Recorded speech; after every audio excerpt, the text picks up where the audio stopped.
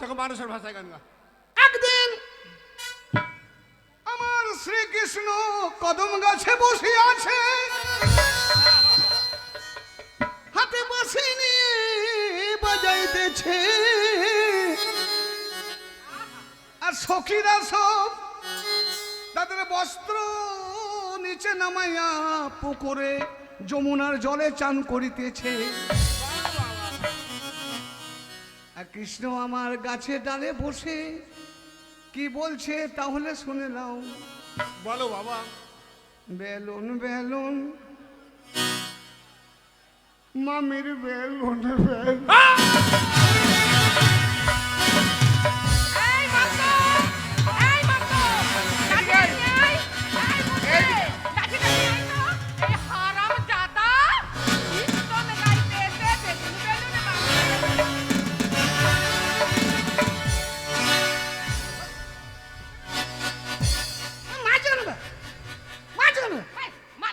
কীর্তন গান শোনাচ্ছে আমাদেরকে। কীর্তন যাবে, এটা কীর্তন গান? এ আধুনিক ডিজে কীর্তন, এ নতুন ডিজে।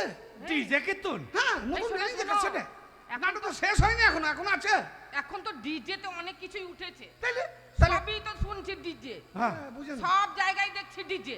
আমাকে গায়ে হাত হতে দিতে পারে পারে, ডিজে কীর্তন হতে পারে, আমাকে রেখে দিয়েছেন। না হওয়ার কি আছে? তোর কীর্তন আছে না শেষ? আছে এখনো আছে। লাল বেলুন মামুর হো,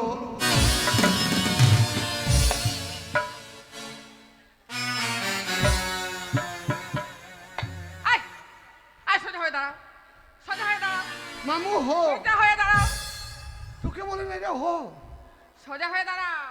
তুমি বুঝতে পারলে না? হ্যাঁ হ্যাঁ ও যে গানটা গাইছে, হ্যাঁ। যেটাকে কীর্তন বলছে, সেটা আসলে কীর্তন নয়, ডিজে কীর্তন। ওটা হচ্ছে কিছুদিন আগে একটা গান বেরিয়েছিল, ওই গানটা কিন্তু খুব ভাইরাল ছিল। হ্যাঁ ওই গানটা সকলেরই মুখে মুখে ছিল। তাইলে যারা ওই গানটা হ্যাঁ মাইক বাজিয়ে তাহলে? যারা লোহা ভাঙা টিন ভাঙা বিক্রি করতো, মনোহারি বিক্রি করতো, ছোট ছোট হ্যাঁ, মানে হ্যাঁ। টিনের বাক্স নিয়ে গান বাজাতো, ওই হ্যাঁ। গানটা কিন্তু বেশি বাজাতো।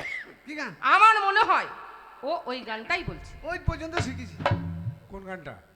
ওই যে ওইটা। বললাম না তোমাকে, শুনতে পেলে না? ও ওই গানটা হ্যাঁ, তোর হচ্ছে না, আমার কাছে শিখে নে। মামা মামির কাছে বলছি, তার জন্য হ্যাঁ। সম্পর্ক নিয়ে গানটা করছে। শুনেলে আমার কাছে বাদ বাকিটা। হুম বেলুন বেলুন দাদা বেলুন বেলুন, আচ্ছা। বেলুন বেলুন দাদা বেলুন বেলুন, লাল বেলুন দাদা হলদে, হলদে কে দিবে? কার হলদে দেবে? কার এক্সট্রা আছে দে। ওর বলে কি বাবা রে? তেমনি ভাগ্নে। আরে এ কি ভাষা রে? এক, ওই গানটা নয়, ওইভাবে নয়, ওই গানটাই কিন্তু ওভাবে নয়। কিবা বুঝলি না? গানটা হচ্ছে এইভাবে, চলো যাও। লাল বেলুন দাদা হলদে বেলুন, হ্যাঁ। নেবেন তো দাদা দেখে কিন। ও, মানে হোল দে বেলুন। হ্যাঁ। তার সারা বেলুনটা ভুলে গেছি নাকি? আমি ওইটুকু জানি। আরে আমি হো পর্যন্ত কেন বলছেন না? আর আমি হলদে। যার কাছে গান শিখেছি সে শালাকে 15 টাকা দিয়েছিল, 10 টাকা দিয়েছি। 10 টাকা দিয়ে বলছে বেলুন বেলুন মামু বেলুন বেলুন। দাদা বলেছিল তখন, তুই তো দাদা হলো আমার মামা হোস, তো মামা বলবো না? হ্যাঁ। তাই জন্য বলে মামা হো। হ্যাঁ। মানে হো পর্যন্ত শিখেছি। সারা বলছে আর কিছু বলবো না, হো পর্যন্ত 5 টাকা দিবি, তারপর বাকিটা শিখবো। আর আমিও শিখেছি হলদে, মানে ওইখান থেকে ক্যাসেট আর নাই। বাবা, মামা তা সেজি গুজি ধুতি পরে পাঞ্জাবি পরে যাবেন কোথায়? শোনো বাবা, জীবনে হ্যাঁ। পাপ পুণ্য করেছি কিনা জানি না, বেশ বেশ। তাই বাকি জীবনটার কয়েকটা দিন আমি গয়া কাশে বৃন্দাবনে আমি আজকেই বেরিয়ে যাব বাবা রে, ধর্ম পুণ্য করতে, ধর্ম করতে। ধর্ম মানুষ জীবনে একবার ধর্মের পথে যেতেই হবে, সে যতই যাই করুক নাকি, হ্যাঁ। সেই জীবনটা ধর্ম। তাহলে তুমি ধর্ম করবে? আমি ধর্ম করতে আরে যাবো। কথা বলবো কি? আচ্ছা, ধর্ম যে করবে, মা বাবাকে কোনোদিন ভালোবেসেছো? মা বাবাকে? পিতা মাতাকে কোনোদিন সেবা যত্ন করেছো? হ্যাঁ হ্যাঁ, কেন করবো না? তাইলে আর কোথাও যেতে হবে না। যেতে হবে না? হ্যাঁ, কেন কেন? মন্দির মসজিদ যেখানে যাও, মা বাপকে ভালোবাসো, মন্দির মসজিদ ওইখানে ভিতরে পেয়ে যাবে। তাই বটে তো? ওরে তুমি যতই যাও না মন্দির মসজিদ, যতই যাও না মন্দির মসজিদ, যতই করো গঙ্গা স্নান, বাবা মাকে না বাসলে ভালো হয় না খুশি ভগবান।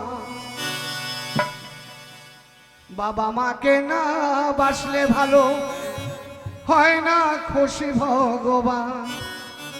তুমি যতই যাও না মন্দির মসজিদ, যতই যাও না মন্দির মসজিদ, যতই করো গঙ্গাচার, বাবা মাকে না বাসলে ভালো হয় না খুশি ভগবান।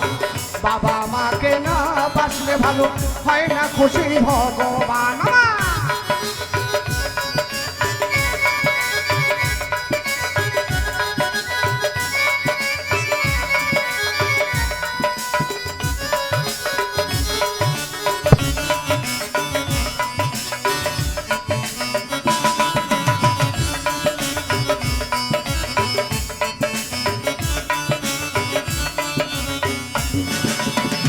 বাবা মা যে সবার সেরা এই জগৎ সংসারে, তাদের সেবা করলে পাবে সফল দেবতারে।